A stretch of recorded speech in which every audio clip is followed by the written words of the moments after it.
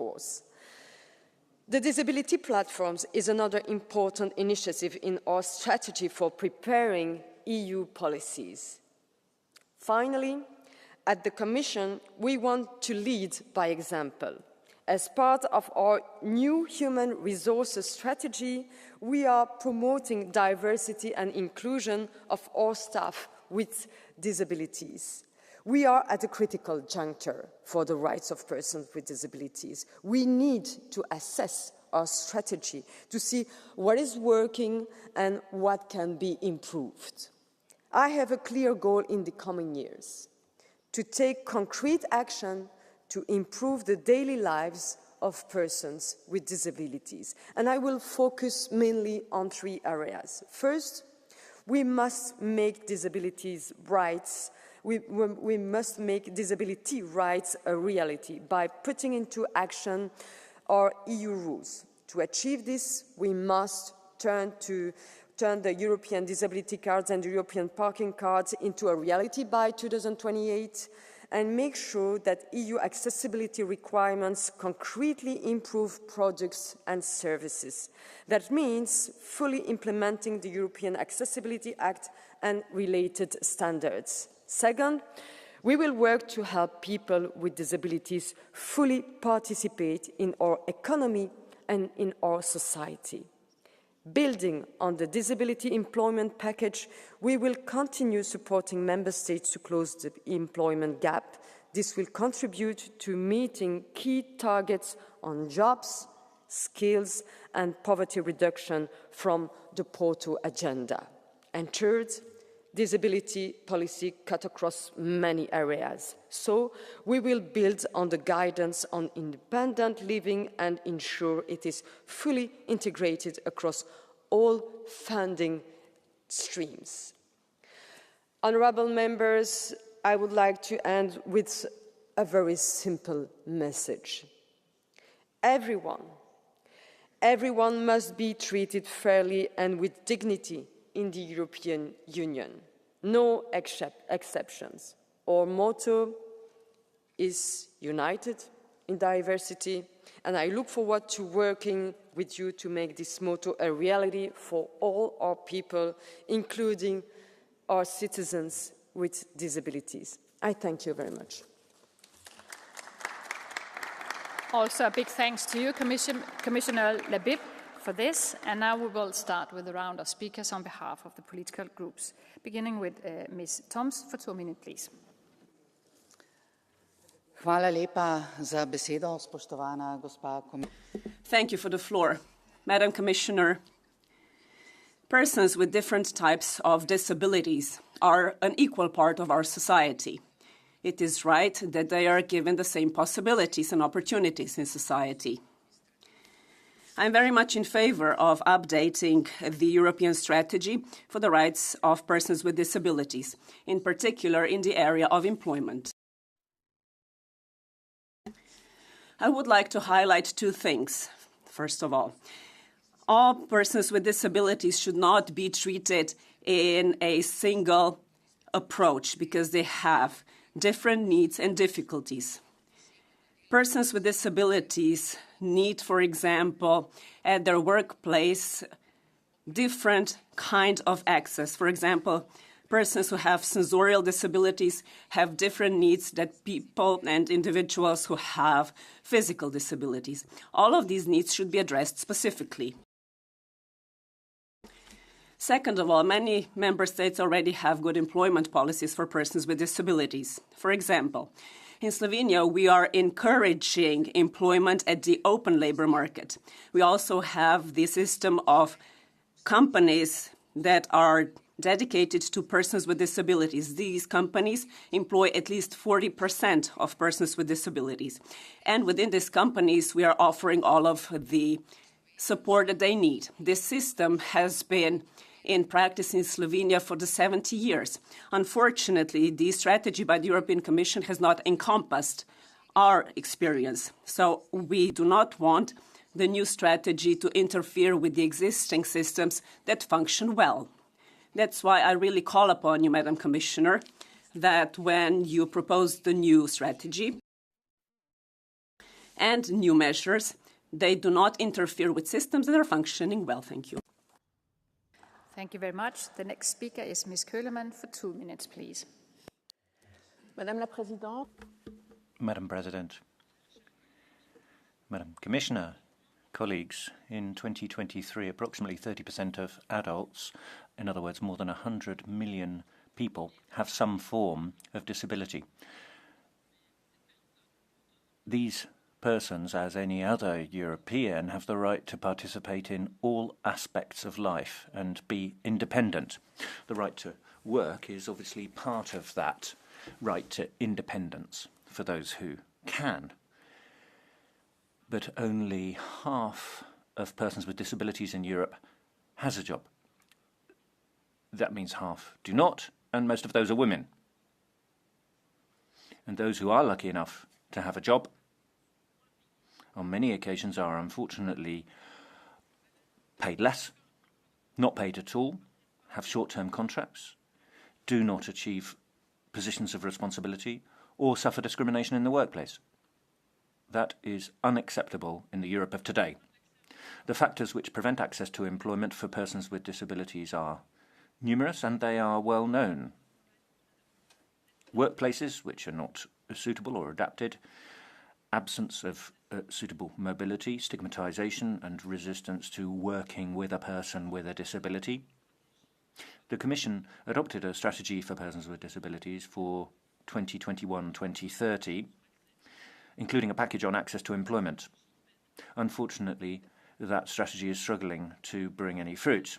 So, today, an urgent call to the Commission to strengthen that strategy. In the Employment Committee, we know the importance of this because we need to see budgets, especially for adapting workplaces, but also to ensure adaptive mobility, and we need to ensure true diversity right across workplaces with clear commitments, with figures, to show that there is a commitment not only in administrations, in the social economy and in private companies, and why not within the EU institutions too? Because providing fair, full access to employment is a question of dignity, and it affects us all. Thank you very much. The next speaker is Mr. Sikiris for 2 minutes, please. Köszönöm a szót, elnök asszony. Az elmúlt években az Európai Thank you very much, Vice President. In recent years, the EU has made great strides forwards when it comes to protecting the rights of persons with disabilities. Related to this, and in this context, I'd like to mention that there are 7 flagship initiatives for 2026, of which 6 have been implemented, including the parking card and the disability card. And this ensures that social rights of persons with disabilities are upheld. So I really want to thank everyone who worked on that. Now, what are the tasks for the future? We have to have targets and goals for post-2025. I've spoken to organizations which represent persons with disabilities. What they've said to me is that we need to focus on the right of persons with disabilities to employment.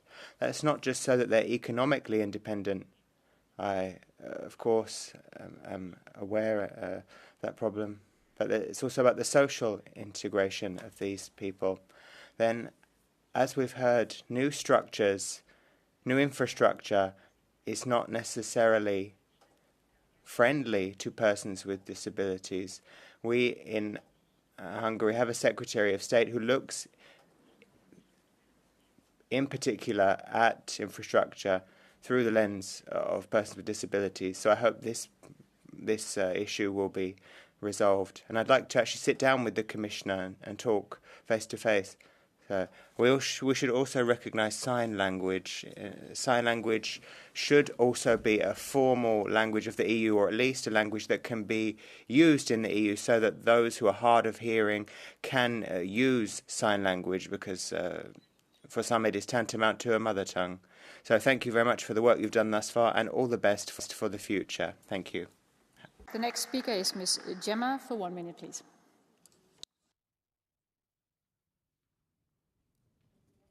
Commissaria. President, Commissioner, now more than ever, Europe has a duty to show that it's committed to equality, inclusion and dignity for all of its citizens. But millions of people continue to face discriminations, barriers and exclusion with their disabilities. So we need an update of our text on this in order to meet current challenges and build a fairer future. Over the recent years, we have certainly made progress, but we can't close our eyes to the fact that there are still serious barriers there: access to work, transport, independent life and recognition of life of people working in these families as well. Too many people with disabilities are trapped in poverty and social exclusion. The new strategy needs to be more specific, with binding objectives which are clear for member states, backed with the necessary funding. We call for an effective monitoring system to be set up on implementation of the strategy, and we call for sanctions for those member states which do not meet the established standards. This means, of course, switching from an assistance-based approach to one based on rights, where people with disabilities are the protagonist rather than the object. Thank you. For 1.5 minutes, please. Thank you very much. Wish you well, Commissioner, in your new role. Delighted to take part in this debate, and it's a very timely discussion. We need to update this strategy to reflect the realities of the modern age, and in particular concerning employment. We need to empower people with disabilities to secure gainful and meaningful employment. Article 27 of the UN Convention on the Rights of People with a Disability articulates that people with disabilities have a right to work on an equal basis to others. This right must be vindicated in real terms in the real world. It simply cannot be an aspiration that is down on paper only. In Ireland and across the EU, too many people with disabilities remain outside the active workforce. According to the Irish Census 2022, 14% were unemployed. That is 3 times the national rate in Ireland, and with the rate of unemployment increasing in line with the severity of disability. This is neither good for people concerned or for society as a whole. The next Strategy Commissioner must, I believe, have this commitment to employment opportunities for people with disabilities. Finally, it cannot be just left to the public sector to provide employment opportunities. The private sector must play its part. It must be supported in mobility adoption, but also in other soft supports to ensure that they can employ people with disabilities. But they will want to employ people with disabilities. And we have to have a cultural change as well in that context. With growing digitisation of our economy, we can find the mechanisms needed to ensure that all members of society, irrespective of their disability status, have the ability to enjoy work with dignity. Thank you. Thank you very much. The next speaker is Ms. Langensiepen for 2 minutes, please. It's okay.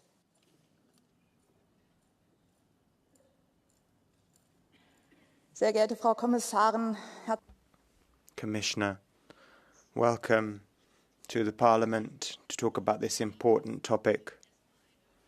First of all, bad news for each and every one of us. There is a member state. No member state has implemented the UN Convention on Persons with Disabilities. We've all failed. We're all in the same boat. But the good news is we can improve. We can do it better. We can further develop the strategy. That will help. Colleagues have said it. Persons with disability often live in poverty, particularly women. They often live in institutions, and that's apparently to protect them. And if you're asked, have you got a girlfriend or boyfriend with a disability or a friend with a disability? Well, then often these people are in institutions, apparently to keep them safe. Half of women with a disability have been affected by violence. This is often an invisible form of violence happening behind closed doors. We need to look at these institutions and ask ourselves whether we should fund these institutions. So I'm not just talking about social funding. I'm talking about the agri-funds. If we look at organic farming, they receive EU funds, but then they employ persons with disability on their farms, and they're working for €1 per hour. What kind of European social standards are they? And basically all German companies are using these institutions with these lowly paid people. So it's a kind of social dumping. So we look to India and we look to Bangladesh, but what about our own regulations? We have to have rules and regulations which also apply to persons with disabilities, and we need to know where our money is going. So when we draft the next strategy, let's take on board what I've just said. So we're drafting the next MFF, so we have some wiggle room. So we have to ask ourselves, what is happening with our money? There's good things going on. I'm coming to an end now. It's Christmas coming up. I want to be positive, but just having good words and a good vision is not enough. Next speaker is Ms. Funchion for 1 minute, please.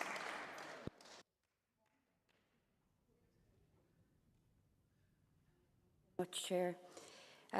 People with disabilities are entitled to the same rights, dignity and respect as everyone else in society, and I commend the progress made under the previous strategy for people with disabilities, particularly the introduction of the European Disability Card and the recent publication of guidance on independent living.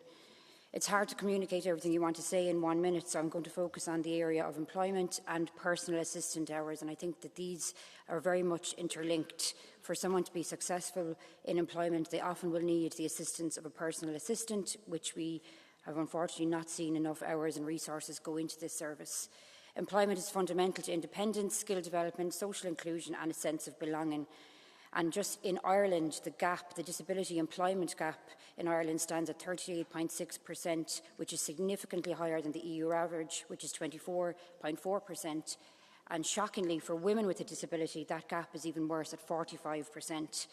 Successive Irish governments have let generations of people with disabilities down, but also we need to see any future EU strategy for people with a disability. It must prioritise employment, personal assistance hours, and the new strategy is our opportunity to shape a real inclusive future for all. And I would argue that this requires more than just rhetoric or words or sheets of paper left idle on a shelf. It demands real, impactful action. Gurmagat. Thank you. Next speaker is Mr. Dröse for 2.5 minutes, please. Frau Präsidentin, meine President, colleagues, yes, it's true. There are people with disabilities who face many obstacles still in Europe, getting onto buses, trains with wheelchairs. We have to improve that. But do we need another EU strategy for this? I think it's basically the member states themselves who are responsible for the rights of people with disabilities. So what's the point of having an identity wallet if you don't have access or you can't get onto a bus because the step is too high? I think the EU is linking real problems in daily life with political issues. We see in the text that people with disabilities should have the same rights as other people, but discrimination is not mentioned there at all. And then this word discrimination is used in an inflationary way. There are problems, but systematic, ongoing exclusion, I wouldn't talk about that. But yes, climate change, we said that it's affecting people with disabilities particularly hard. It's claimed, but there are no examples given of that either. You can certainly criticise people throughout the EU, but in order to make life better for people with disabilities, well, we don't necessarily need a strategy for that. It's the role of member states, I feel. As I've seen myself, very often we don't have the necessary provisions in airports, stations, the infrastructure is not there. There's no access to the bathrooms, for example. I think we need better maintenance of this type of infrastructure. So I think maybe we should get the funding for a type of program that. So the question is, for our people, our fellow citizens with disabilities, we talk about them, but we should be aware that this could affect each and every one of us through an accident or an illness tomorrow. So we may then have to face living life with disability as well. I know that we often argue, we have different opinions, so I would wish all of my colleagues here nonetheless a very happy Christmas. Blue card option, so you're welcome to use that. And the next speaker will be Mr. Casa for 1.5 minutes, please. Grazie, signora Presidente. Thank you, Madam Chair. In Malta, I met a nurse of 24 years of age at the best time of her life. A month ago, they discovered that she has a chronic illness, RMD, rhythmic movement disorder. It's for life and no cure. This young woman knows what it means for her future. She's seen enough of her own patients who could not go back to work because they did not find the necessary support. There are those who think that arthritis is something appertaining to the old and is inevitable, but that is not the case. There are millions of people who live with a chronic illness, and European policies are just ignoring them because we don't invest enough and we don't understand in order to understand the problem or to help them. The European Commission should listen to science and recognise that RMDs are the greatest cause of disability in Europe that is keeping many people away from work, and therefore enormous pressure is being placed on the economy, on the quality of life of many of our workers and families. Europe has done a lot for the disabled. However, it now has a mandate to do much, much more. This is an institution which believes in equality, in dignity, and in solidarity. And therefore, we should not leave these who suffer alone. As for a strategy for the disabled, let us be holistic. Let us keep the citizen in the centre of our politics, of our policies, and leave them a better future, which they really deserve. Thank you. Next speaker is Questa Angel for 1 minute, please. In allen Bereichen unseres Freizeits. In all areas of our leisure and working lives, discrimination against people with disabilities goes on, and that's unacceptable. How can we treat people with disabilities as equals if we can't agree on a standardized definition of disability in Europe? How can we talk about a social union, a union of equality, if our EU funds exclude them from the labour market? We have to stop seeing disability as a problem, and instead we need to understand that people with disabilities represent an extraordinary pool of talent in our union. Greater inclusion of people with disabilities means, above all, promoting the diversity of our labour force, reducing poverty, investing in human capital, and creating prosperity to the good of all. And that's precisely why we have to strengthen the EU strategy for people with disabilities. But I'm also thinking, for example, of investment in the social economy, the introduction of reasonable accommodation and of quotas in companies. Let's do it. And Commissioner, I'm convinced that we can, together with you and your team. Thank you. Speaker is Ms. Doshi for 1.5 minutes, please. Chers collègues, la couleur des... Colleagues, we see true colours everywhere. Citizens, farmers and others are struggling to survive. And what do? Show scorn, indifference and decisions that abandon them. Today, in this hemicycle, you don't even pretend to respect democracy. You push elected officials aside, you lock up debates and you stamp on the rights of people. We from the National Rally, whether you like us or not, we were elected by the people. But here, you try to reduce us to silence. In the FAM committee, Mathilde Androuet, my colleague, saw that her amendments were struck down, and there was no reason to do this. In the Employment Committee, we were pushed out of crucial discussions on persons with disabilities. Why? Because you're obsessed with the cordon sanitaire. But what's the point of the cordon sanitaire? You want to protect your power. You want to soothe your own conscience. You're not just depriving the people who voted for us. You're depriving those who live in silence. And one of our members is affected by disabilities. an Olympian, and I was working on rights for 55 million people who are deaf or who are hard of hearing. They live in solitude. They want concrete results. They have been forgotten in all of your debates on persons with disabilities. Even though some associations and organisations came to talk to you, their requests fell on deaf ears. You ignored them. You ignored those organisations as you ignore us. But we will not throw in the towel. We will continue to be their voice until you take their suffering into account, because those persons with a disability deserve better than your political games and your indifference. The next speaker is Mr. Fahiga for 1 minute, please.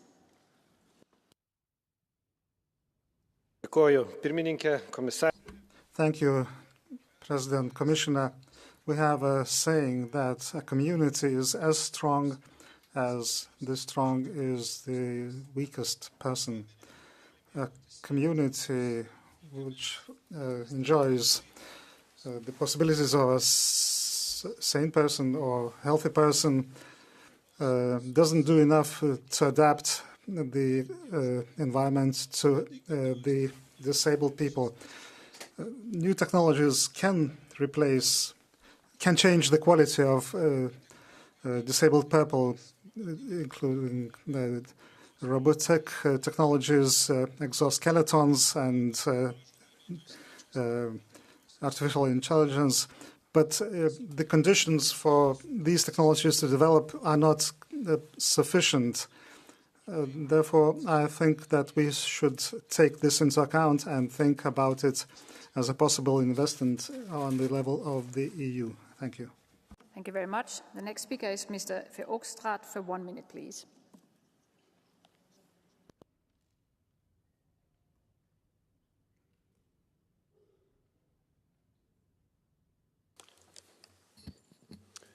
Madame la Commissaire. Commissioner, within the European Union, almost 100 million people are affected by some form of disability, and their situation continues to be too difficult. I will share with you one example I've seen myself over these past few months. Accessibility, crucial, but accessibility is far from being guaranteed in far too many European member states, given the lack of sanctions or simply because it's recommended in inverted commas, and that's unacceptable. How, for example, in 2024, is it possible to accept that taking the metro in Paris or Brussels is still an absolute fight? And when we talk about accessibility, it's about sensorial accessibility as well. People with hearing impairments or sight impairments don't have enough access, even in public areas. And they desperately need these adaptations for them to have full access to society. Once again, that's unacceptable. The list is too long. So, Madam Commissioner, together, let's take up the challenge to ensure that all citizens are finally equal before the law. Thank you. Next speaker is Ms. Ohisalo for 1 minute, please.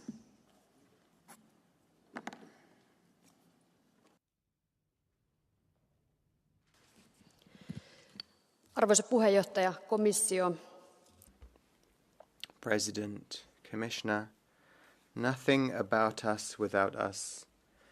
This principle must come true and be implemented in the update on the strategy on the rights of persons with disabilities. European disability organisations have already done a good job putting forward good proposals. And I would like to highlight housing in particular. Home is the foundation of a good life. This term in office, we need to decide on a European plan for affordable housing. It must ensure that there is housing stock. At the moment, there's a lack of accessible and affordable housing, and that's why it's difficult for people in terms of independent and supported housing. People have the right to choose where, how, and whom they live with, just like everyone else, and our strategy must enable them to make that decision. Thank you. Next speaker is Mr. Papas for 1 minute, please.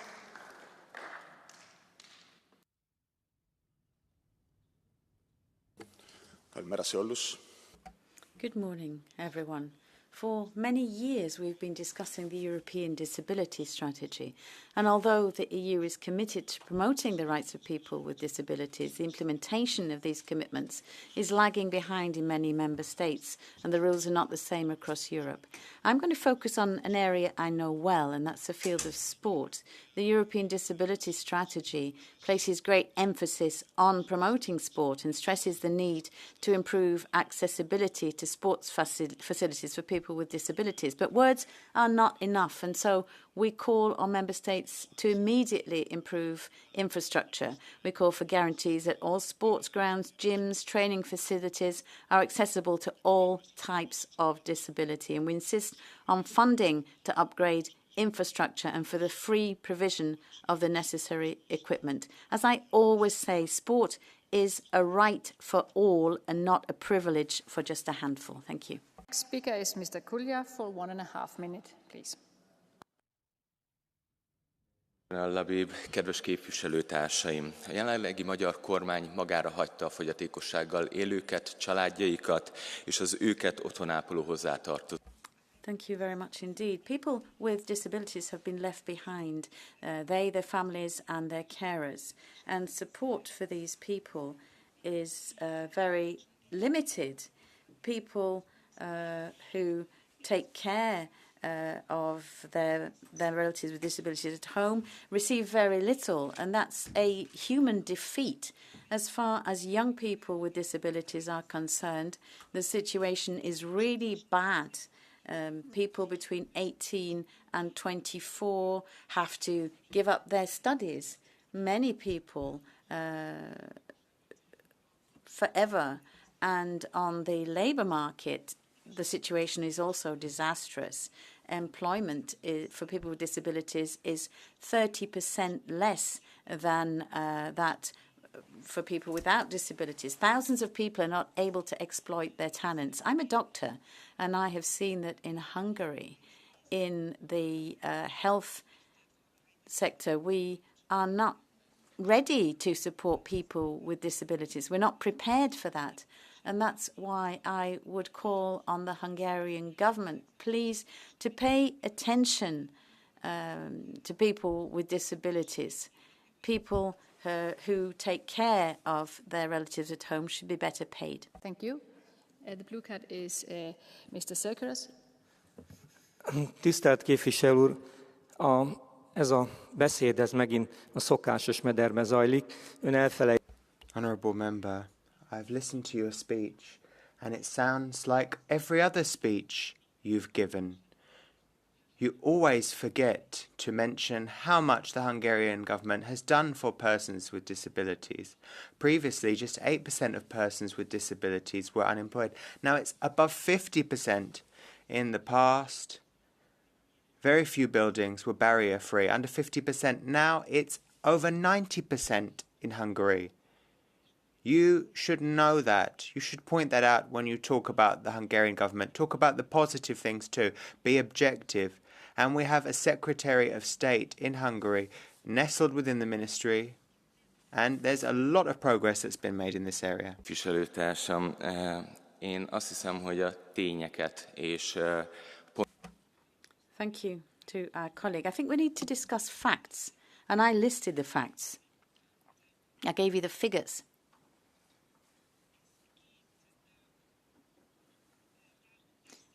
We're talking about people who are caring for their relatives with disabilities being paid less than 200 euros every month, between 100 and 200. It's essential for them to be able to have a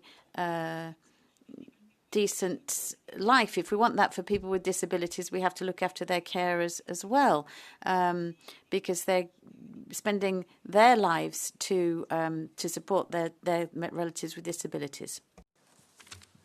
Fru talman, kollegor. President, Commissioner, colleagues.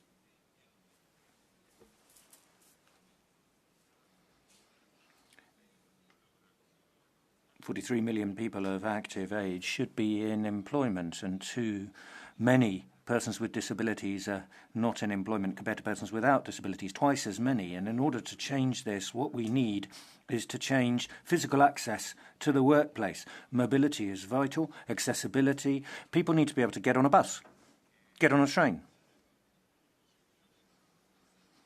They need to be able to move around Europe. And persons with motor disabilities face significant difficulties to travel in the EU, and the EU can play a vital role in changing that.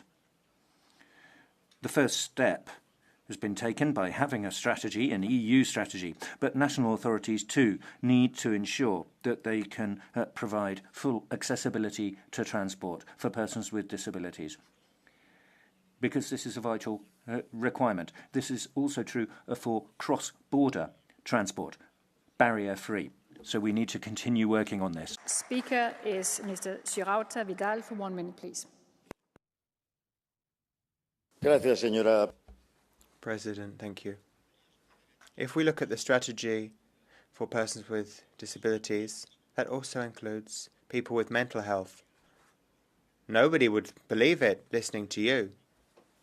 I've heard that 5 million people have this problem. And many already struggled before the pandemic. We talk about disabilities, but we treat everyone in the same way. Mental disturbances need their own strategy.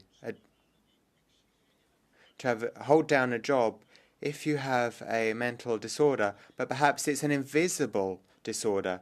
Think about the stigma if occasionally your mental disability does become visible. Think about those professionals who have to take medication throughout their life and which does have an impact on them. Don't forget that many health systems in the member states don't meet basic standards, don't meet psychological standards, don't meet pharmaceutical standards. The speaker has been cut off. Thank you. Next speaker is Ms. Trousseau for 1 minute, please.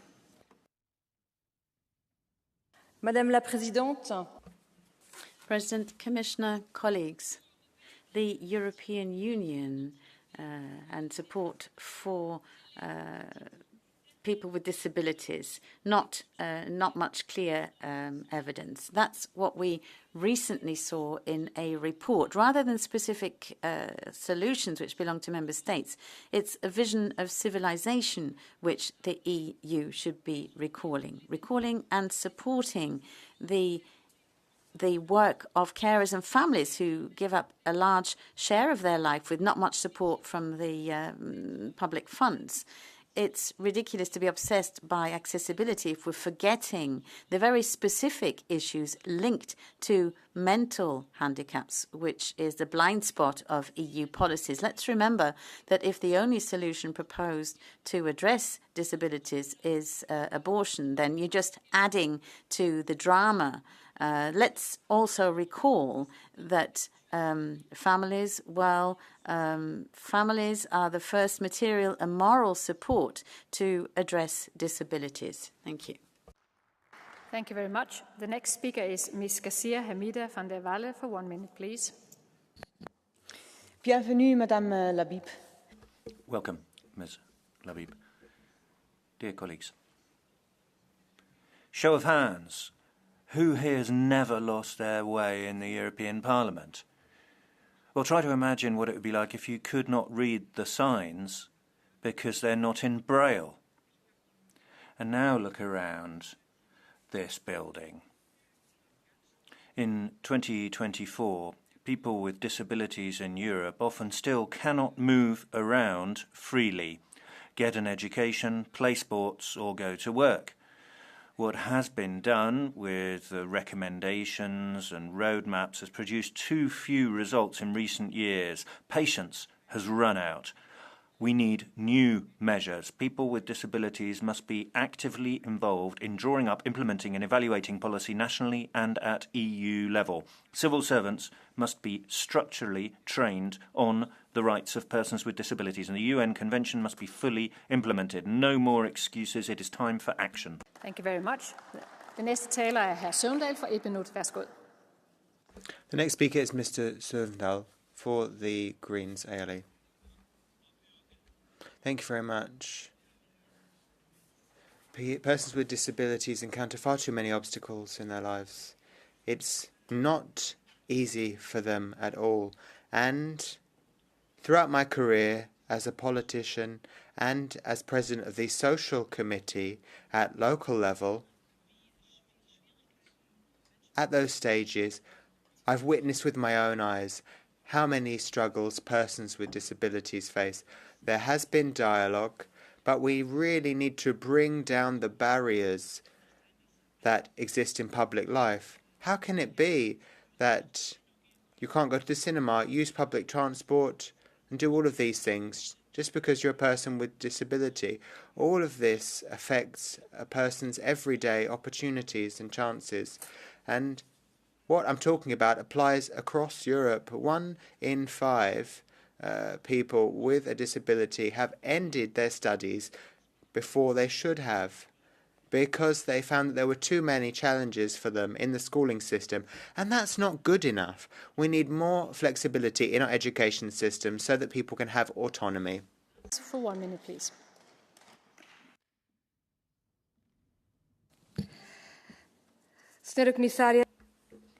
Commissioner, over a quarter of the EU population, 30% in the case of women, is denied basic citizens' rights, having their own home, public services, using public transport, accessing work. This is impossible for many persons with disabilities. The EU is the second biggest economy in the world.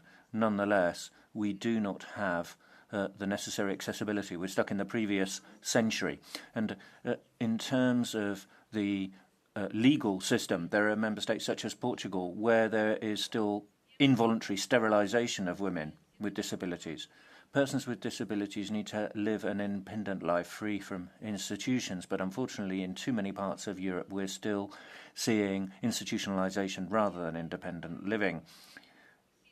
Rather than issuing opinions on the status of persons with disabilities, what we need to ensure is opening up a space so that all can enjoy their rights, including persons with disabilities. Thank you very much. The next speaker is Ms. Estaras Ferrahut for 1.5 minutes, please. Gracias, Presidenta. Thank you, President. Thank you, Commissioner. A few years ago, here in the European Parliament, we approved the EU Strategy for Persons with Disabilities 2021-2030. 3 years on, what do we see? Some progress. EU Disability Card, the parking card, landmark initiatives, yes. We have parking for short periods. We'd like a directive on freedom of movement for persons with disabilities for longer periods. That would be the next aim for us. Another achievement has been the employment package for persons with disabilities. That is positive, but there's still a lot of work to be done there in terms of training, employment and education. Therefore, we need more action, we need a job guarantee, and we need to ensure that we can help with skills, training and education for persons with disabilities to help them into the workplace. We need to ensure high-quality social services for persons with disabilities who have been left hanging with what has been put forward so far, and there will be a committee dealing with housing. We need a specific dedicated fund for accessible housing for persons with disabilities. We also need assistance for accommodation, adapting housing. Passenger rights too, the rights of passengers with disabilities. We need to ensure accessible labelling, and we also need to ensure that there is access to justice and that we combat violence against women with disabilities. Please, colleagues, respect your speaking time. Thank you very much. The next speaker is Ms. Gomez for 1 minute, please.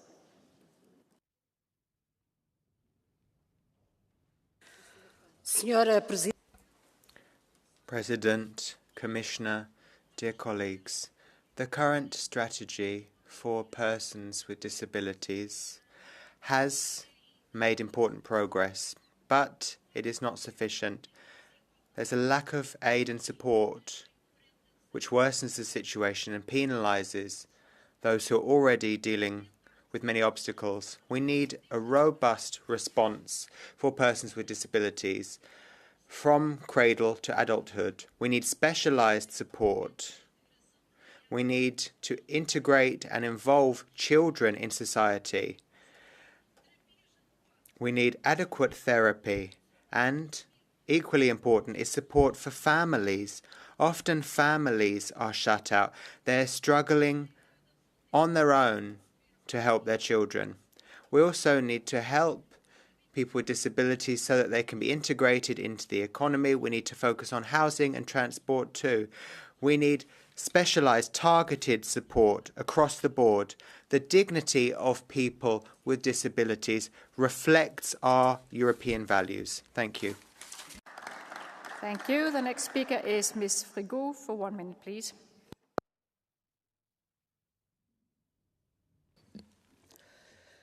Madame la Présidente, chers collègues. President, colleagues, the European Commission is sadly lacking vision and ambition. The frequency of indicators on cars, etc. But as far as disabilities are concerned, they are neglecting millions of people affected by Alzheimer's, for example. It's already the third cause of death in Europe, affecting more than 14 million people. More than just a question of mental health, it's a human problem which forces us to revisit our priorities. Instead of producing huge numbers of pointless rules and regulations, the EU should be encouraging cooperation between member states, which is ambitious and taps into AI in order to have early diagnosis and appropriate therapies. Running behind always, it's about time we woke up, and the Commission should spend less time tying people's hands and more time innovating. We want a Europe that doesn't trample our rights, but one that's useful and gives genuine hope to millions of people affected by disability. Thank you. Thank you. Next speaker is Ms. Magoni for 1 minute, please. Grazie, Presidente. Thank you, Madam President. We can do more. We must do more. Persons with disabilities face invisible and tangible obstacles that prevent them having access to work. There are prejudices, stereotypes, physical barriers to the workplace. That's just a few examples of the obstacles to persons with disabilities in the workplace. Going to work gives you dignity. It's not just a way of earning a crust. It's actually part of who you are and part of your feeling of belonging in a community, as is acquiring skills.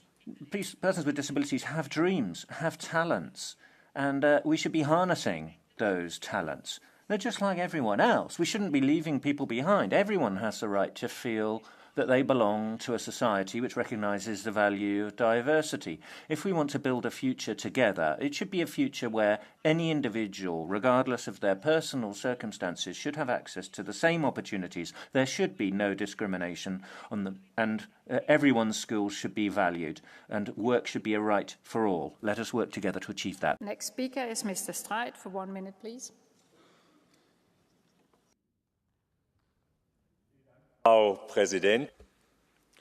President, Commissioner, ladies and gentlemen,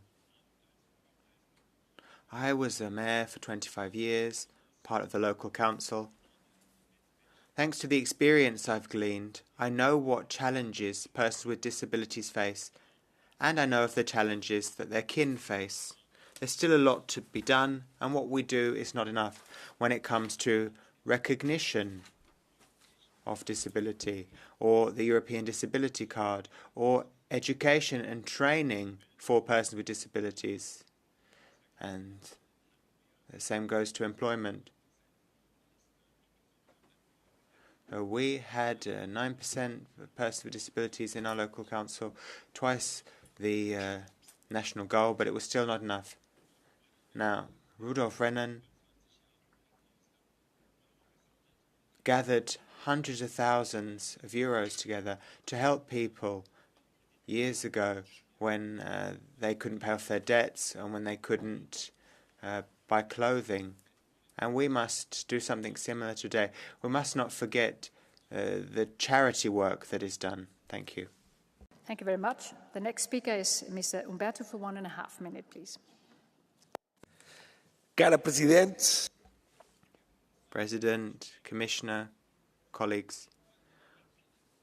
1 in 4 European adults is a person with disability of some kind.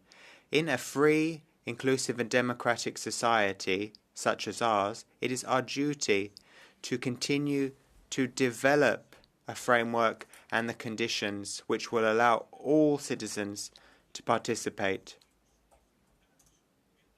Persons with disabilities face various challenges, including discrimination, unemployment, poverty and social exclusion. They drop out of school early. They need specialized care, and they often face violence too. If you have disability, it may be physical, intellectual, mental, or sensorial in nature. And sometimes these disabilities are invisible to the naked eye. But what we know is the following. The obstacles that persons with disabilities face are very, very real. What we also know is that people are more likely to have a disability as they age. Many people, half of the population over 65, has some kind of disability. So that's where we're going towards. We therefore need to improve the lives of persons with disabilities through solidarity and by upholding the rights of autonomy and equality. That is a sine qua non for people to take part in society and in the economy. Thank you. Speaker is Mr. Rio Dian for 1 minute, please. The rate of employment for the 100 million people with disabilities across the EU is just 51%. This means that tens of millions of Europeans who want to contribute and have so much to offer are being excluded from our labour market. Ireland is one of the worst performers when it comes to the rate of people with disabilities in employment, at just 32%. Last week, it was my great privilege to welcome a group of disability advocates from Ireland to Brussels to share their lived experience. Their demands of us were clear. We need greater training for employers to hire and keep employees with disabilities. We need to ensure secondary benefits can be retained when taking up employment. We need to ensure our public procurement policies encourage employment opportunities for people with disabilities, and we need to provide adequate transport options for these workers. Now, I look forward to working with the Commission to deliver on these elements in the coming 5 years, but we need to hear the voices of those who are being excluded and end the policies that discriminate against them. Thank you very much. The next speaker is Mr. Lidiri for 1 minute, please. Merci, Madame la Présidente. Thank you, President. In Europe, millions of people with disabilities, be they visible or invisible, have been abandoned by policies that claim to defend solidarity, but forget what it's really about. In France, we had to wait for 2024 to see a law which finally allowed reimbursement for wheelchairs. And in the European institutions, including in the Parliament, the specific needs of certain of our colleagues have not been taken into account. And at the same time, millions of euros are being injected into welcoming migrants, driven by the European Commission, which forces to impose quotas. How can we justify that this money isn't used first and foremost to guarantee accessible transport or schools or support people with disabilities? The European Union of this elite is incapable of protecting its own people, and it can teach no one about solidarity. We, the Patriots, defend a different reality. We should put the human being in the focus, and we protect Europeans and put them first, particularly those who suffer and who have been abandoned for far too long. Thank you. The next speaker is Mr. Shishu Lee for 1 minute, please.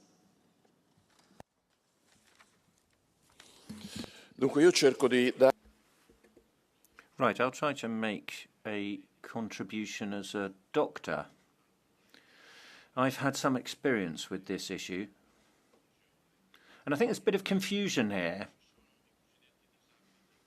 You've got full disability, as we call them, where somebody requires a lot of assistance. There's a whole series of accommodations and facilitations which are required to provide assistance to such a person, and that full array is brought in. But it's far more frequent for people to have partial disabilities, where part of their day-to-day life is possible, but there are other aspects where they face obstacles. Loneliness is the worst, and people are extremely lonely if they can't get a job. And it's very difficult to give jobs to persons with disabilities, and I'm looking at this from the point of view of somebody in the public sector or in the private sector indeed. You may find that such an employee is not able to do the job as well as other people, so it's very difficult to give them a job. And so what we need to do as the EU is look at wage issues. We should assess that whether it's 50% or 30% that could be paid by the EU. Now, next speaker is Ms. Al-Salani for 1 minute, please.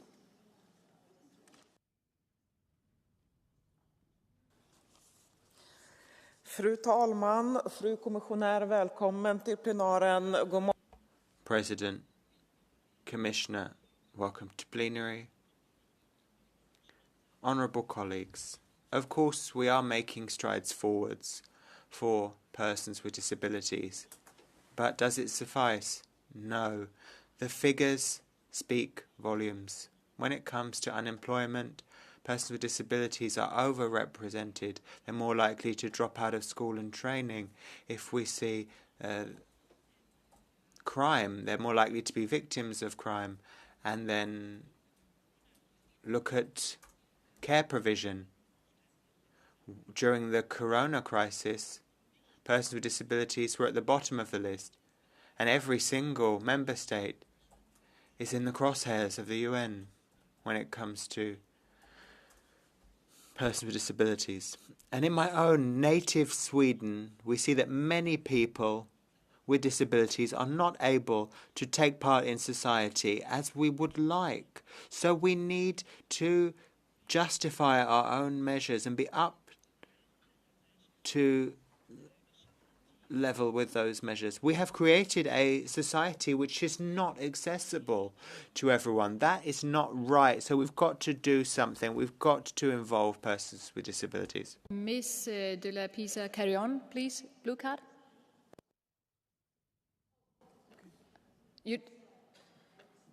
Okay, there is no blue card. Thank you very much. And the next... The next speaker is Ms. Le Callennec for 1.5 minutes, please. Oui, merci, Madame la Présidente. Thank you, President. Madam Commissioner, next February in France, it will be 20 years since the law on equal equalities, participation and citizenship for people with disabilities was adopted. It will be an opportunity to assess what progress has been made, but also the improvements that can still be continued. We're talking today about the need to update the European strategy for people with disabilities. And so I looked at Erasmus because 6% actually of people who take part in these mobility programs are people with disabilities, about 78,000 actually. So it's based, if we had an inclusion approach and real rights, they can have that granted. But it's not well enough known because first and foremost you have to find an establishment where they could continue their program. It's difficult to find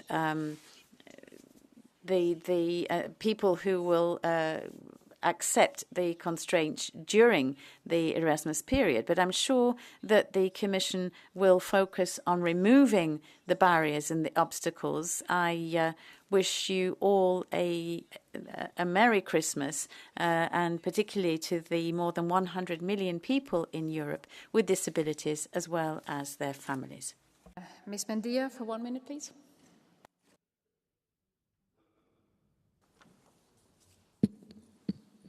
Señora Comisaria.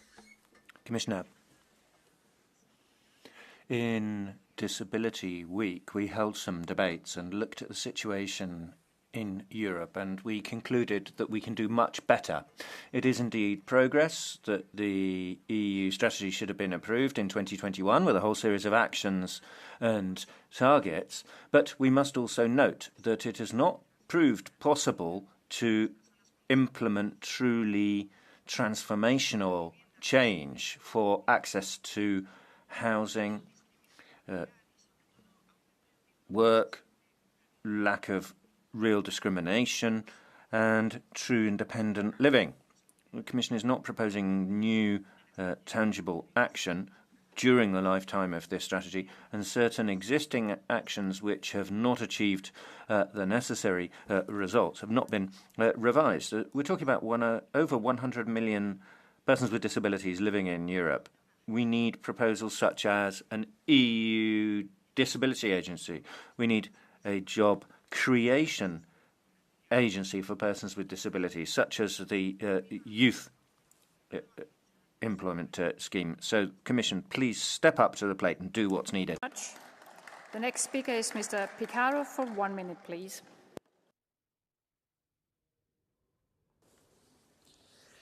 Oggi è fondamentale. Today, it's crucial to address the need to update the European strategy for the rights of persons with disabilities. Despite the progress made over recent years, many obstacles still remain. People with disabilities continue to face difficulties in access to essential services such as care, education and work. The European Union must do more to ensure that everyone can live their full life independently, and we have to pay particular attention to autism. The number of people diagnosed with autistic disorders is increasing, but many families are still facing huge difficulties in bearing the cost for the necessary treatment. Here, once again, the European Union must take decisive steps to provide adequate resources to support member states. Autism can no longer be seen as a secondary problem. It must become a priority in European policies. Thank you very much. The next speaker is Mr. Jonski for 1 minute, please. Bardzo dziękuję. W Parlamencie Europejskim. Thank you so much. In the European Parliament we have 20 committees, so with our work we can make a real difference to the lives of other people. And it would be enough if each and every one of us would deal with this area which we know best. I am a coordinator in Transport and Tourism Committee, so I want to talk about this. Modern and comfortable transport is not only the one that is fast and reliable, but also the one that is adjusted to the needs of everyone. And here we've got good examples. We have a group of experts from 180 countries who positively assessed a company from my city, Łódź, when it comes to how it executes the UN Convention on Rights of People with Disabilities. We used EU financing, and right now this is the most dynamically developing railway in Poland, using so well the EU money, and being seen as the best railway in Poland. So the EU is not only institutions and regulations, but also a community of values thinking of every citizen. Speaker is Mr. Lopez Aguilar for 1 minute, please. Gracias, Presidenta, Comisaria. President, Commissioner, the rights of persons with disabilities are fundamental rights. It's linked to Article 27 of the Charter of Fundamental Rights, which is binding on all member states. But I also say it because the EU has an obligation to comply with its own strategy on persons with disabilities from 2021 until 2030. This lists a number of measures which should promote inclusion and personal empowerment. The European Disability Card, which we passed in the previous term, should ensure jobs, quotas in the public administration, parking spots, special seating in public transport. But it is not enough, because that's providing support. But it's not just about support, it's about ensuring fundamental rights as are enshrined in the Spanish Constitution. So we really need to strengthen the fundamental rights of all individuals, because this is particularly sensitive when we talk about young people and women. Yes, Mr. Solé for 1.5 minutes, please.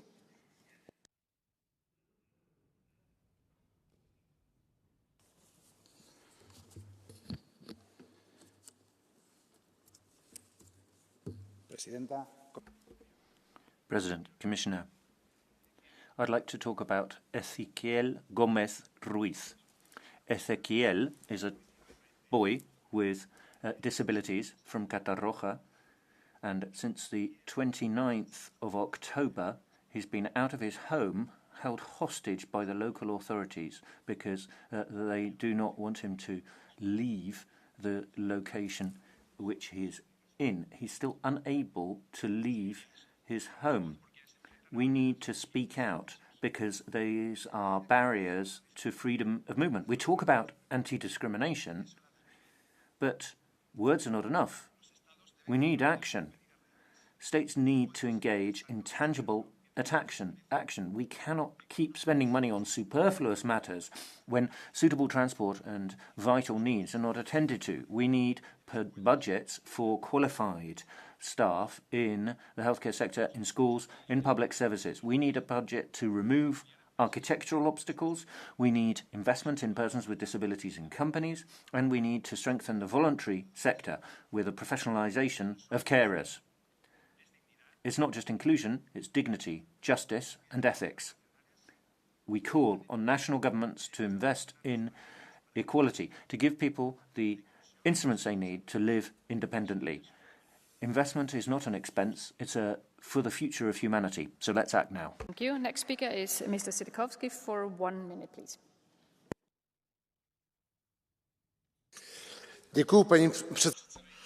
Thank you, dear Madam Chair, Madam Commissioner. Persons with disabilities don't need our sympathy. They need our specific action that we as the European Union are about to start doing. They don't need us to talk about discrimination for a long time. They need us to remove obstacles that prevent them from education, that prevent them having a job, and just participate in a dignified life in the European Union in the 21st century. Accessibility is a right, not a privilege. Each country that fails to support these persons is unfortunately stigmatized by one thing. They don't know how to do the basic thing. They don't know how to support these people in being free. Today is the day when we have to face this fact, and we have to say to ourselves in the entire EU that we need less words and more action. Thank you. The next speaker is Ms. Regner for 1 minute, please. Herzlichen Dank, Frau Vorsitzende. Thank you, President, Commissioner. Well, united in diversity is the motto of our union, but only half of people with disabilities in the EU actually have a job, a full-time job. Often they're in low-paid jobs or part-time jobs. So united in diversity means that we have to learn to value that diversity as well. We have to look at people's potential, not only their disability. People with disabilities really have a huge contribution to make to our society, but we have to put them in a position to do that and create the framework conditions. And that starts early.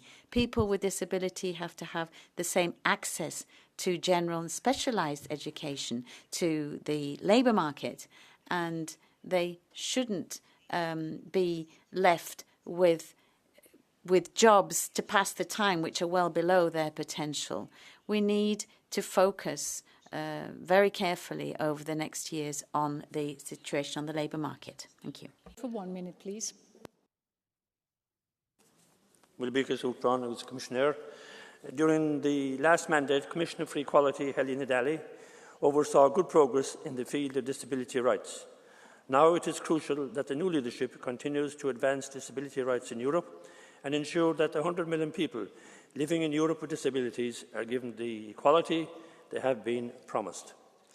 A good first step was the mention of policies dedicated to accessible housing for persons with disabilities in the proposal on the setting up of a special committee on the housing crisis. The inaccessibility of housing is a key reason for older and disabled people having to leave their homes against their will. Let this mandate achieve higher levels of skills and employment of persons with disabilities and better accessibility overall. I'm pleased also that in Ireland, our Taoiseach Simon Harris is fully committed to delivering for people with disabilities, and of course his brother Adam is doing wonderful work in the field of autism. We need to work together on behalf of people with disabilities. Merry Christmas, everyone. Thank you. Next speaker is Ms. Chinichi for 1 minute, please. Grazie Presidente, signora Commissaria. Thank you, President, Commissioner. Guaranteeing the right to independent life and full participation in society for persons with disabilities is a moral imperative for the EU, more than a legal imperative. Looking at the Charter of Fundamental Rights of the EU and Article 19 of the UN Convention on Persons with Disabilities, we can see provisions relating to 1.4 million persons with disabilities living in institutions still. This is an unacceptable situation. We need to update and strengthen the strategy for persons with disabilities 2021-2030 in order to bring an end to the phenomenon of institutionalization. More generally, we need to ensure that EU member states are using funds appropriately to provide support to persons with disabilities through tangible action, personal assistance, support for families, help for young children, individual housing, infrastructure, transport, all these issues of accessibility. We need to do a lot more to build a Europe which is truly barrier-free. Thank you very much. We have now come to the Catch the Eye. I will give 5 speakers speaking time, and I've based it on presence during the debate. And we will begin with Ms. Grappini, seat 131, please. Doamna președintă, doamna comisar, stimați colegi, este extrem de important. Colleagues, Commissioner, today's debate is an extremely important one.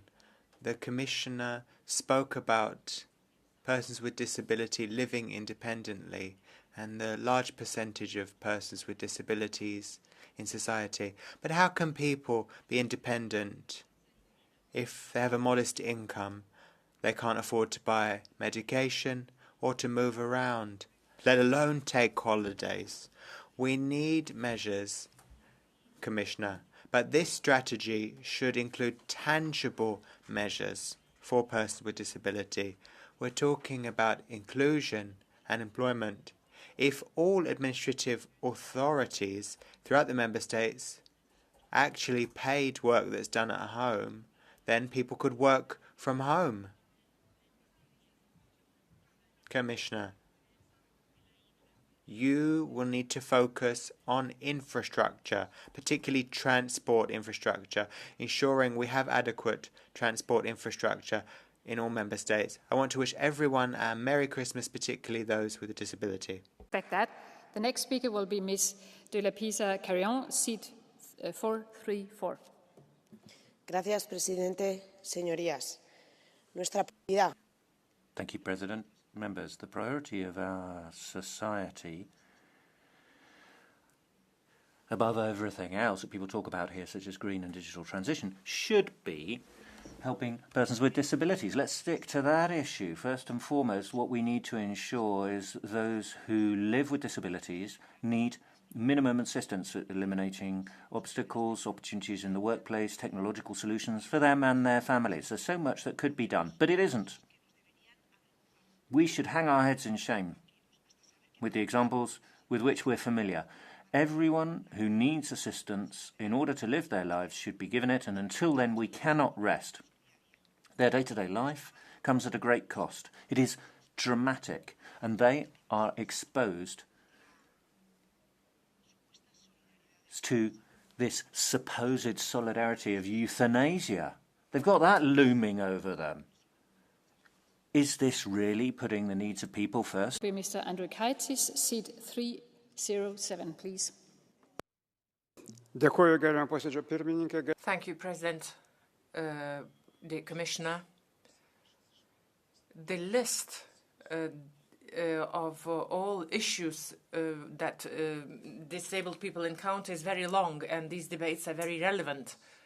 As a former doctor and Commissioner responsible for the field of health and food security, I would like to draw your attention to the problems of health care that disabled people encounter, the accessibility of special programs, screening programs, and dental issues, dental care for disabled people. This is a very problematic area in all member states. For that, we need not only medical doctors, we also need special infrastructure for the dental services to all disabled people. It would be very good to mention that in the strategy. I would also like to speak in favor of obligatory, compulsory social standards and healthcare standards to all disabled people, the same as the minimal salary. Thank you. Mr. Giardi, seat 275, please.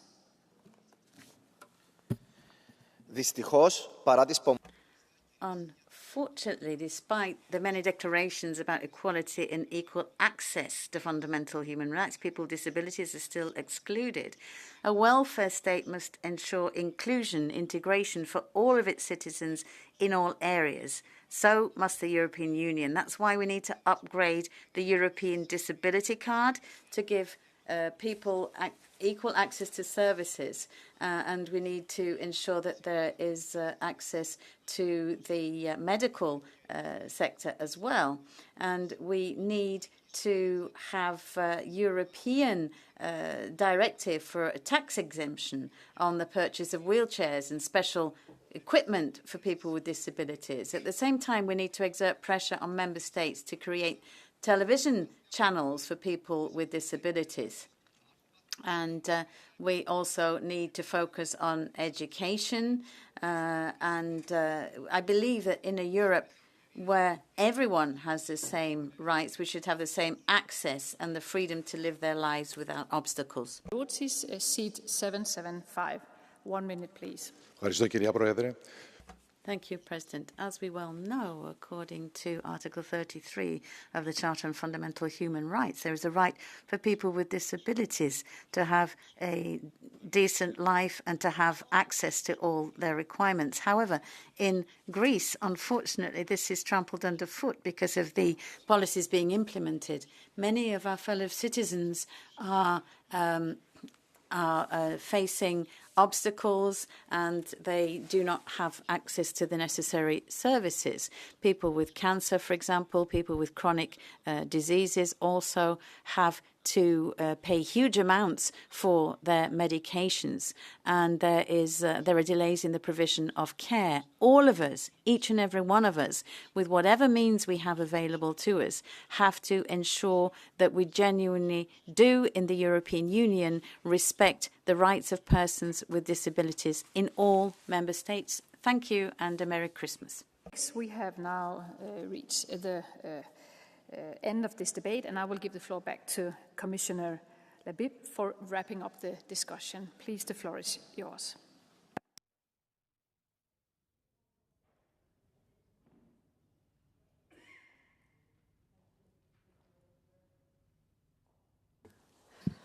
Honourable members, after this engaging debate, I'm confident that I can count on your support to uphold the rights of persons with disabilities. Freedom, equality, tolerance, inclusion, these are the backbone of our union, and they must guide our action to improve the lives of persons with disabilities. Our strategy for the rights of persons with disabilities is our guiding compass to improve their lives in Europe and beyond. And now we need to build on our momentum to tackle the remaining challenges and close the gaps in our policies. As many of you have rightly mentioned, persons with disabilities still face considerable barriers. They have a higher risk of poverty and social exclusion, not to mention risk of violence and loneliness. Together, we must tear down these barriers and ensure they can live full and prosperous lives with the same rights as every other EU citizens. Many of you mentioned challenges and gaps when it comes to employment. During my mandate, I intend to build on and further develop the initiatives put forward by the previous college. In particular, the so-called Disability Employment Package, which has provided useful guidance on recruitment and employment of persons with disabilities. And I will continue working closely with Member States so that they meet their national targets on employment of persons with disabilities, and so that we can also learn from each other and exchange the best practices from across the EU. Concerning sheltered employment, the Commission is aware of the issues you have mentioned. We are currently finalising a study addressing alternative forms of employment, such as shelter workshops. So we are already looking into this and will be ready to discuss this further when we have the results of the study. Many of you also mentioned the issues of accessibility. At the end of 2022, the Commission launched Accessible EU, a one-stop shop for accessibility. Since then, Accessible EU has been supporting the implementation of accessibility legislation across the EU. We will draw lessons from these initiatives and will identify the remaining gaps in the field of accessibility implementation, and for the next stage of our work on improvement in this area, of course. Honourable members, the Commission is currently preparing a progress report on the first phase of the European Strategy for the Rights of Persons with Disabilities. And today's discussion and the progress report will guide our next steps and path forward. So during the first year of my mandate, I intend to communicate to the European Parliament and to the Council the new actions and flagship initiatives that will help to close the remaining gaps. I would like to work together with you on this, and I will also continue working closely with the civil society and with the Member States. Solidarity is in our European DNA. That is why we must be tireless in promoting the rights of persons with disability. It is our shared mission. Together, we can build a more inclusive union for everyone, and I count on your support to make it happen, and I look forward to working with you in the years to come. Happy New Year, and thank you very much. Thank you, and also Happy New Year to you. The debate is closed, and the next item on the agenda is the joint debate concerning EU priorities for the upcoming session of the UN Commission on the Status of Women. We have the report by Ms. Galvez, the recommendation to the Council on the EU priorities for the 69th session of the UN Commission on the Status of Women, and we have the Commission statement, EU priorities for the 69th session of the UN Commission on Status of Women. And I will start by giving the floor to the rapporteur. Ms. Galvez, the floor is yours, please. Gracias, Chair. Bienvenida, Comisaria. Thank you, President. Welcome, Commissioner. Thank you to parliamentary representatives who participated in drafting this for 3 decades now. We've had the Beijing Platform for Action, showing us how we could proceed for women's rights and equality. That was a landmark. It gave us hope for a fairer future. Now, as we're approaching the 69th session of the UN Commission on the Status of Women, we're facing a situation where there is a worrying reality. We're not only making too slow progress to achieve the Sustainable Development Goals, which are related to gender equality, but we're even going backwards globally for women's rights. Concepts of freedom and equality are being undermined, and we're seeing a political economy applying to the bodies of women and the attitude that a body's woman is not her own. So let me be clear. It's no accident that we've seen this backsliding. These are organised movements who wish to stop progress, the progress that it was so difficult for us to achieve. This runs counter to democracy and to the founding values of the EU. The figures speak for themselves. We would need 286 years just to overcome the legal gaps and discriminatory practices. But even more alarming is the fact that in many places around the world, women are losing rights that they had previously gained. And I'm not just referring to less developed countries that have not yet had or do not have stable democracies. There are many countries in which fundamental rights are being infringed, such as access to sexual and reproductive health. Funding is being cut for services that protect women and girls. We're seeing a normalization of stereotypical speech, gender stereotypes, in the EU too. That global backsliding is getting a powerful echo here in the EU, alarmingly. And that is not only a threat to women. It is not only a threat intersectionally to those who face other forms of discrimination, but it is a threat to the European project as a whole. If women's rights go backwards, society goes backwards as a whole. And that backsliding does not only harm women. If you limit our participation in politics, the economy, generating knowledge, you're actually putting the brakes on our collective capacity to innovate and achieve prosperity and achieve progress against climate change, humanitarian crises, or the challenges of the digital transition. There are material consequences for millions of persons here. Poverty has a woman's face, more and more. Girls' dreams are dashed, and we're seeing cycles of exclusion and violence being perpetuated. But the most important thing is that we're not condemned to accept this.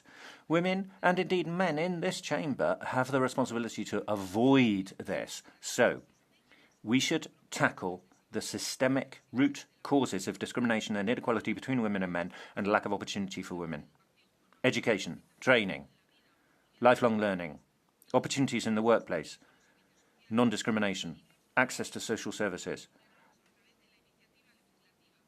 unpaid caring being tackled through legislative initiative, women leaders with authority, with power, as role models. In the recommendation, we recommend that we see gender mainstreaming across the political cycle with gender budgeting. So, Council is working in New York on achieving a situation where there is a greater balance. The EU should be leading by example. Women should be playing the full role that they can, just as men do, in decision-taking for all aspects of life. We can't preach about what should occur beyond our borders if we do not achieve equality and equal opportunity within our own. Feminists want to tackle the root causes of discrimination, support sexual and reproductive rights, and support civil society organisations that are actually doing the real work on the ground. Thank you. Ďakujem a teraz poprosím za komisiu. Thank you very much. Now, on behalf of the Commission, I give the floor to Ms. Labib.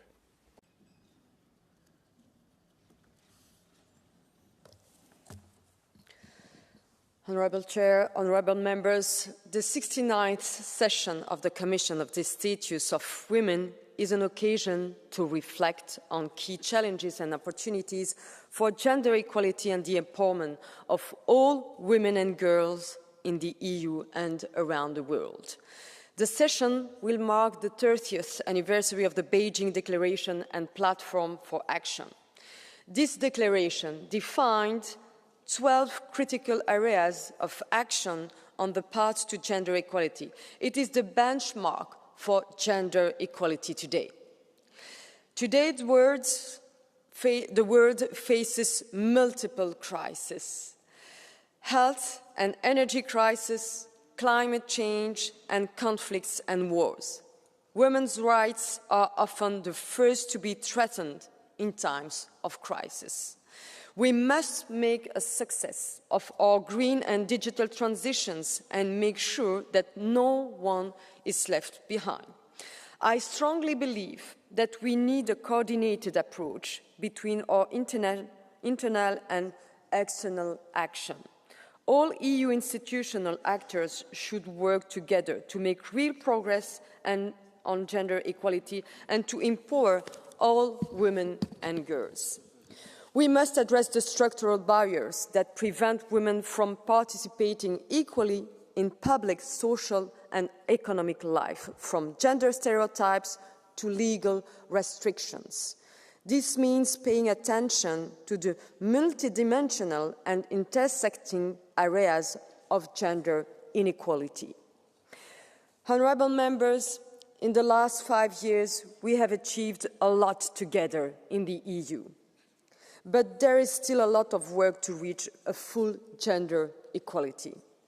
For instance, the EU scores just 21 out of 100 in the latest Gender Equality Index. Women in the EU still earn 13% less than men. At this pace, it will take another 60 years to achieve a gender-equal Europe. And if we do not have a gender-equal Europe, we will also not have a competitive Europe. Because how can we be competitive if we did not fully and equally take on board half of our society? And not to mention the fact that still now, in 2024, 1 in 3 women have experienced physical or sexual violence. Now, let's go back to our gender equality strategy adopted in March 2020.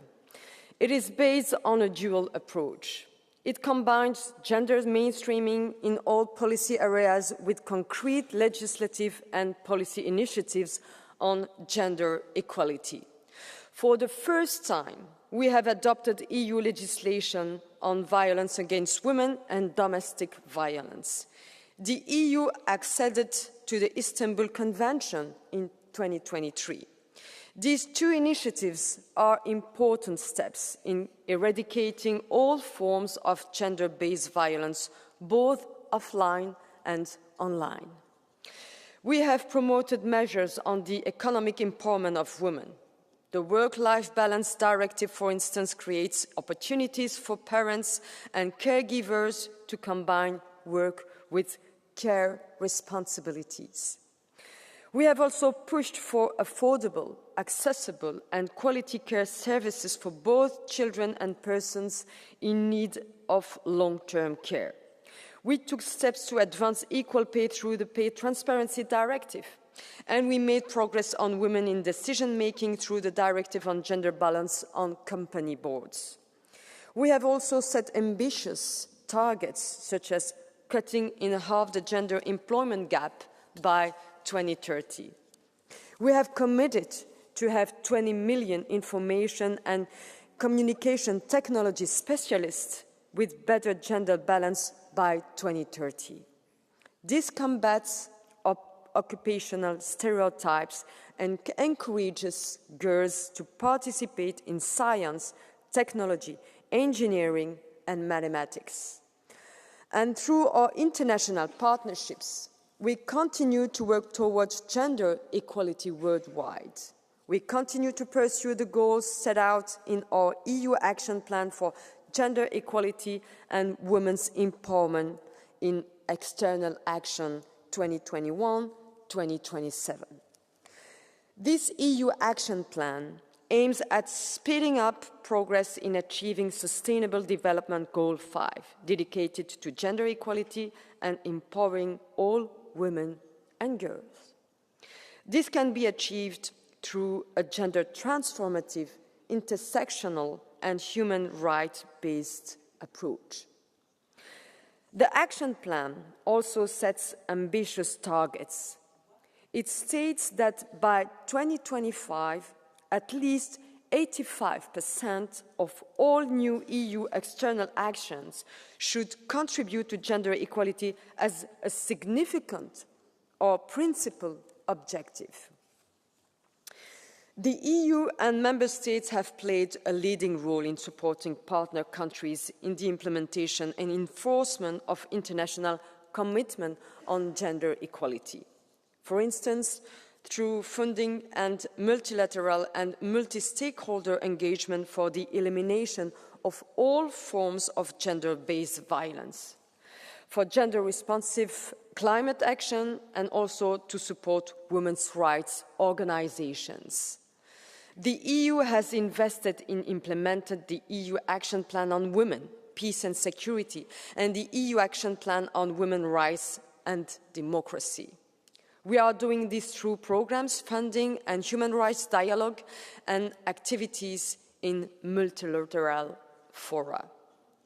This year, we mark the 25th anniversary of the landmark UN Resolution 1325 on women, peace, and security. And this reminds us how important it is to maintain a strong position to ensure women's role in peace processes. Honourable members, we did this work together. It makes a difference for women and girls in the EU and in the world. But the road ahead is long, and we need obstacles to overcome. We must deepen our work with new initiatives during this mandate and prevent backsliding on our achievements. I look forward to hearing your views. Thank you very much. Thank you very much, Commissioner. A ako prvá v rozprave vystúpi kolegyňa Melety za... Now, I give the floor to Ms. Melety on behalf of the EPP. President, thank you. Commissioner, colleagues. It's going to take us another 286 years to achieve absolute gender equality worldwide if we continue at the current speed. But the good news for today is that Europe has slightly better numbers.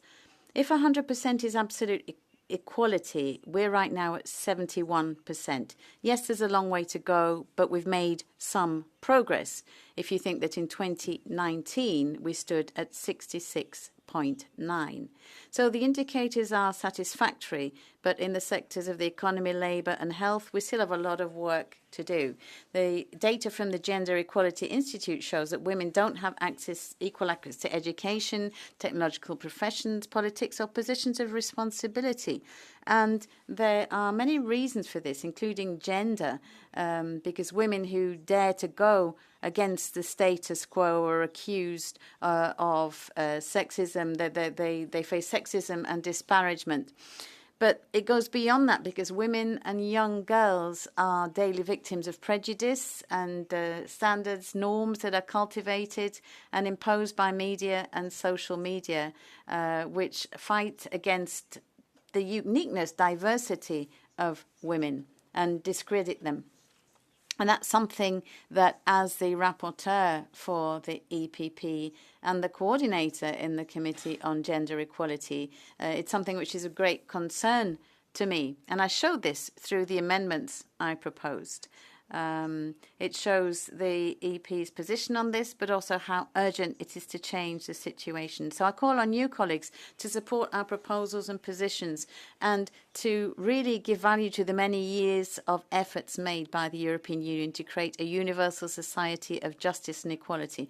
We want dynamic, bold, independent, self-employed, opinionated women, free women all over the world, and will continue to work for that. Happy Christmas. Thank you very much. The next speaker is Ms. Sjöring-Wilgus.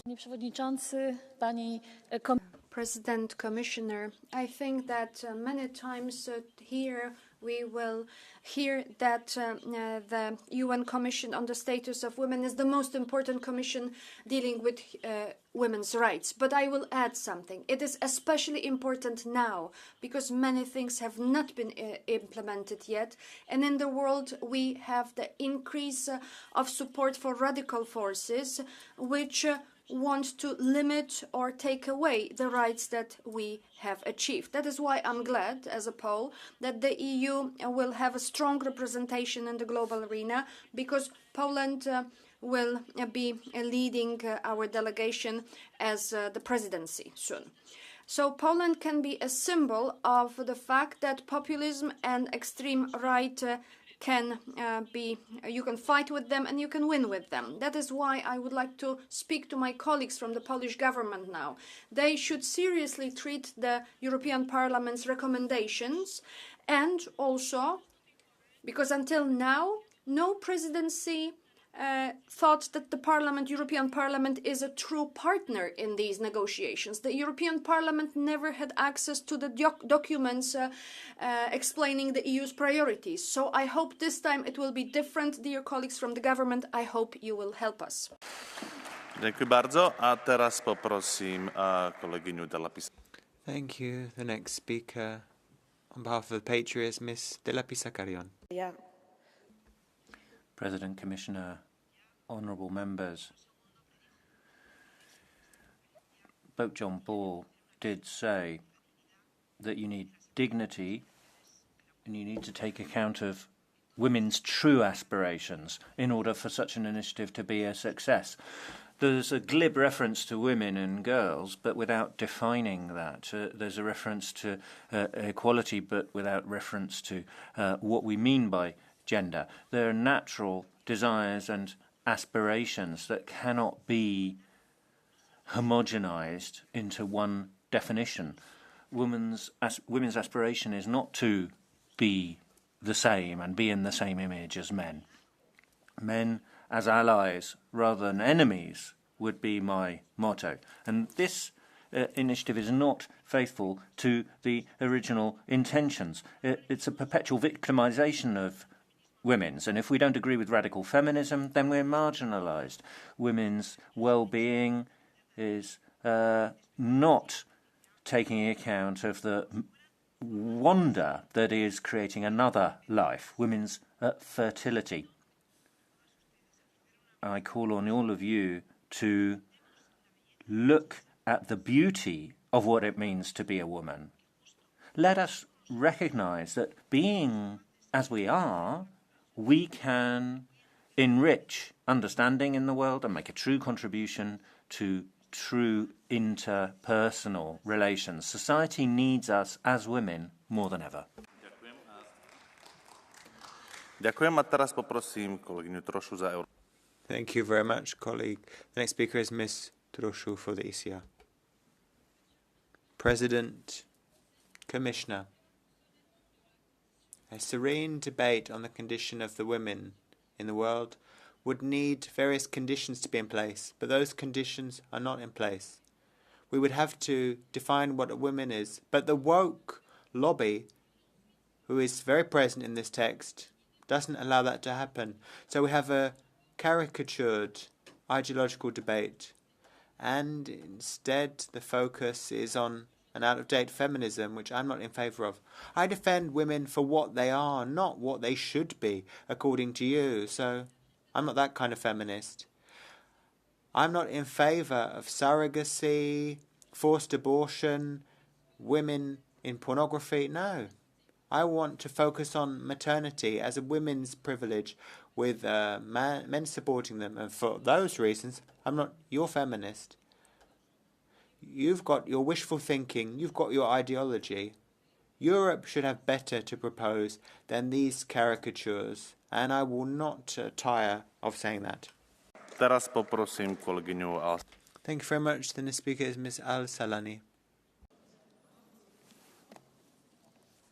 Thank you, Mr. President, Madam Commissioner. Here comes another type of a feminist that is, a characteristic apparently.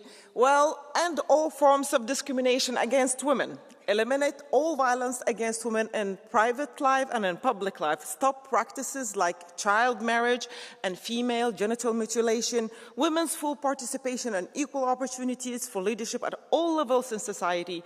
Universal access to sexual and reproductive health and rights. Equal rights to economic resources. Ownership of land and property. Enforceable legislation for promoting equality and empowerment of girls and women everywhere. This is SDG goal number 5. And with today's pace, it will take us 286 years to achieve. And really, are we on track of achieving this goal? Is this House prepared to do everything to achieve the SDG goal number 5?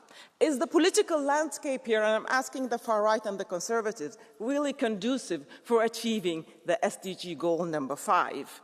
One clear thing is that with the rise of the far right and the conservatism in general in our societies, we know that the attacks on women's and girls' rights, they are coming well organized, well coordinated, and well financed. And it is a very good question to ask, where does the money come from? So this puts a very special responsibility on our shoulders. And we have to work together. We have to stand united against the oppression of women, because we owe it to the women without voices, to the girls without voices. And because if not us, then who? And if it's not now, then when? Merry Christmas and a Happy New Year. Thank you. Ďakujem pekne. A teraz poprosím Thank you very much. The next speaker on behalf of the Greens is Ms. Camara. Madame la Commissaire, chers collègues. Commissioner, President, colleagues. These are some amendments to the resolution presented by the far right. Just a few examples.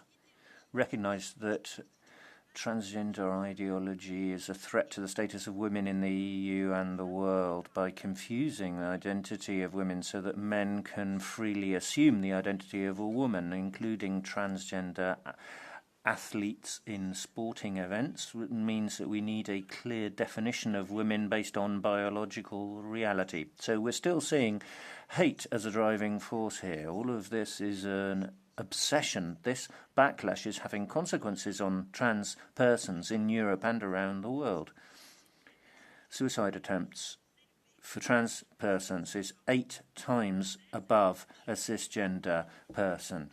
So we need to ensure that in the negotiations coming up in the 69th session of the UN Commission on the Status of Women, we take account of this. Each dossier, each issue in this Parliament is being used as a pretext for the far right to shove its agenda upon everyone else. We wanted to be inclusive, intersectional, protect sexual and reproductive rights, but you just have your identity politics and you want to exclude. You're against women's rights, migrants' rights, LGBTQ rights, minorities' rights in general. You want to exclude them. I'm proud of the text here today, and I invite you to support this resolution and support our fight for equality. Thank you very much. The next speaker on behalf of the left is Ms. Gedden.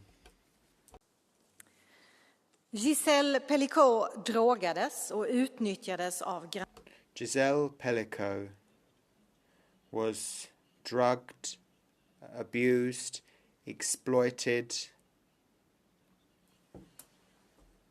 Yesterday, in Germany, a major exploitative network was uncovered. In Congo, Rape is a systemic weapon used in warfare. The body of women is used, and it shows that men still have more power than women. We still have the same system, the same pattern, whether we're looking at Afghanistan and the Taliban or elsewhere. We do admittedly have important UN declarations, but we as the European Parliament need to make it clear that sex without obvious consent must be classified as rape. Throughout the world, we as women are raising our voices. Thank you. Thank you very much. The next speaker, on behalf of the ESN, is Mr. Jongen. Vielen Dank. Hier im Thank you. Here in the European Parliament, all members have to do compulsory courses against sexual harassment, and men are generally suspected. The balance between the genders has systematically been destroyed over the last years. So radical feminists and ideologists, they're the ones who will be celebrating the 30th anniversary of the Beijing delegation next year. That was the declaration that laid the foundation for gender equality and mainstreaming. So top down, this is what's been done, undermining democracy. So in practice, this means that there is systematic discrimination against men in tenders, both public and private, because of women's quotas. Equal opportunity means equal chances. Equal jobs means equal possibilities. But Annalena Baerbock, the minister in Germany, through the Greens quota, got right to the top. And that is proof of how this can go wrong. So discrimination, violence against women, does that exist globally? Yes, and we need to combat it. Is the EU doing anything against this? No. Very often we see harassment at the workplace, but not in the public sphere, really. But very often we're talking about harassment involving migrants, and they are 5 times overrepresented in this type of situation. If we really want to protect women against discrimination, we need to focus elsewhere than is being done by the radical feminist voice, which seems to be leading the field here in the European Parliament. Thank you. Thank you very much. The next speaker is Ms. Lukachev. Thank you so much, President. Ladies and gentlemen, it is very sad that despite the knowledge, the conscience and the activities and many debates in this chamber, we still have the problem with equal rights, with equal pays for women and men. And we still have a problem with violence. It is really sad and embarrassing for us. However, when we talk about our priorities for the session, I would like to talk about one thing: the voice of women from rural areas and faraway areas, remote areas. They have another level of exclusion and of difficult access to transport, to work, to education, to health services. They are the foundation of local communities, and at the same time, too often they are still invisible in politics and public debates. Let us also remember about increasing the number of women in STEM sectors. The data shows that they are still minority there. If we want to be innovative, if we want to be competitive as an economy, we have to eliminate these barriers who make it difficult for women to choose such jobs. We also cannot forget the fight against violence against women. In the whole EU, 1 of every 3 women suffers different forms of violence. And this is really unacceptable, inacceptable today, inacceptable for all. We need to take concrete actions to change it. And the pay gap, we've been talking about it a lot. It is also said that women earn less, 13% less doing the same jobs. Equality is a foundation of European values. Let us remember this. A teraz poprosím kolegyňu Moretti, nech sa páči. And now the floor goes to Ms. Moretti. 30 anni dalla dichiarazione. 30 years on from the Beijing platform for action, that flame of hope for all women around the world is unfortunately shedding light on a situation where there is still violence against women, still a patriarchy that turns a blind eye to the lack of freedom for women and girls. We need more education. We need to start in schools. We need to be educating boys to respect women's bodies, their personality, their independence. This is vital if we're to achieve a future without a gender pay gap. We need to improve women in positions of power, and we need to stop designing everything around men. The EU can do more to achieve gender equality, gender mainstreaming and gender budgeting to ensure that we can overcome that gap. But we need to act not only for ourselves. As the EU, we should be taking on the task of fighting for those women who have no voice worldwide. We should no longer watch on in silence. We've lost out on centuries of independence. Let's not waste time now. Ďakujem pekne a teraz poprosím kolegyňu Odrue. Thank you. And now our colleague, Ms. Androuet.